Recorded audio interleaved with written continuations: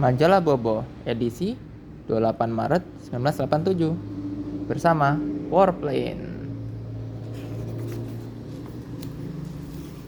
Bona, gajah kecil berbelalai panjang.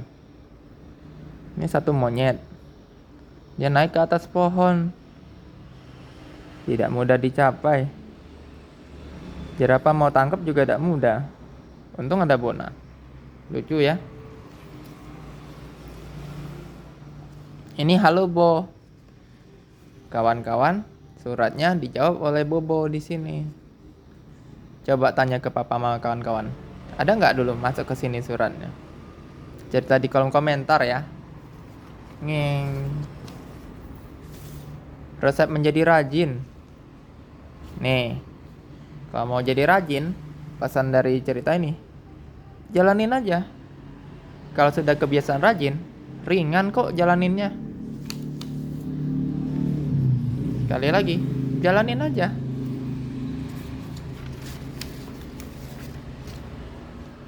Tiga saudara pembunuh raksasa. Cerita ini mengajarkan kita untuk cerdik. Nih, dia memberikan tanda kepada saudara-saudaranya. Dan akhirnya, raksasa pun berhasil mereka atasin. Halaman berikutnya. Nyepi, tahun baru Hindu. Nah, kita harus hormati pemeluk agama lain. Ini keadaan di Bali ketika Nyepi. Ngeng. Arena kecil dan tak disangka. Berisi cerita kiriman kawan-kawan. Ensiklo Bobo. Bobo menjawab pertanyaan dari kawan-kawan. Wah, ini hebat. Sinar laser yang serbaguna. Bisa buat gambar hologram. Bisa telepon-teleponan. Penjahit super kilat. Wah. Sampai deteksi polusi dan lainnya. Canggih ya kawan-kawan. Ini ada sambungannya nih. Halaman 27. Sampai jadi ngecek kelurusan dari sebuah bangunan. Lanjut ya. Kebiasaan burung nuri. Burung nuri sama halnya seperti manusia. Jika lingkungannya ngajarin dia berkata baik, dia juga berkata baik, dan sebaliknya. Makanya kawan-kawan, pilihlah lingkungan yang baik untuk kita, ya. Paman Kikuk. Dia kesal kucing-kucing jahat di atas langit-langit rumahnya. Masih nggak pergi juga. Nih, Paman Kikuk dan ponakannya Husin ngambil tangga. Manjatlah dia. Ternyata dia nggak mudah untuk turun. Husin segera menyediakan kasur. Untung dia tidak apa-apa. Pak Janggut, tabib palsu. Bagian keempat. Gini kawan-kawan, untuk tahu cerita ini dengan lebih lengkap, subscribe ya. Di channel ini ada kumpulan bobo-bobo edisi-edisi yang lain. Ini Putri mendengar si penjahat masuk ke kamar Pak Janggut dan asistennya. Dia marah-marah. Ternyata prajurit tidak menurut pada perintah Putri. Nih, berdasarkan surat dari ayah. Ya, karena ayahnya Putri ini kan selalu dibius oleh penjahat. Malah dia memaksa Putri jadi istrinya.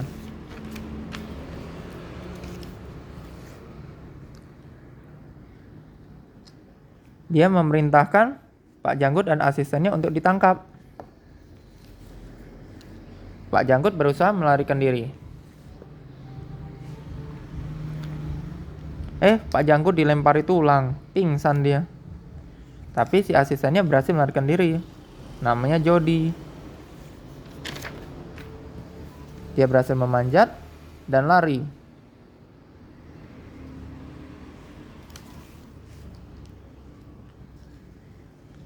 Si Jody terus berlari menuju ke lonceng peringatan. Lonceng berdentang sangat keras sampai di kejauhan. Dia bilang, raja dan tuan putri terancam bahaya.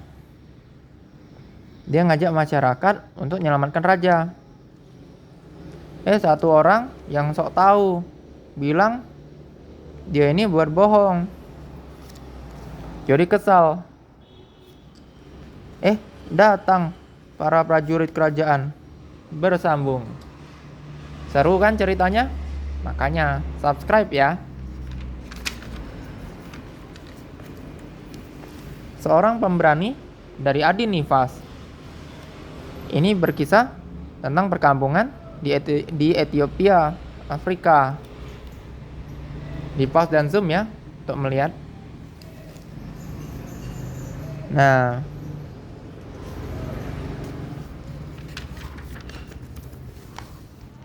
cerita dari negeri dongeng. Bermain pintu gerbang. Oki akan tidur, tapi terdengar bunyi kriek, duk. Apa itu? Dia terganggu. Dia mencari asal suara. Ternyata ada 2 orang anak lagi bermain dengan pintu gerbang. Dia meminta jangan main di situ, berisik pintunya. Oki segera masuk istana. Dia membawa kaleng dan kuas. Ternyata dia Minyaki. Dia pun bermain juga. Tapi anak yang tadi datang lagi ikut main. Mereka jadi berebutan. Nirmala tahu. Maka Nirmala nyihir ayunan untuk mereka. Jadi tidak berebutan lagi. Gitu.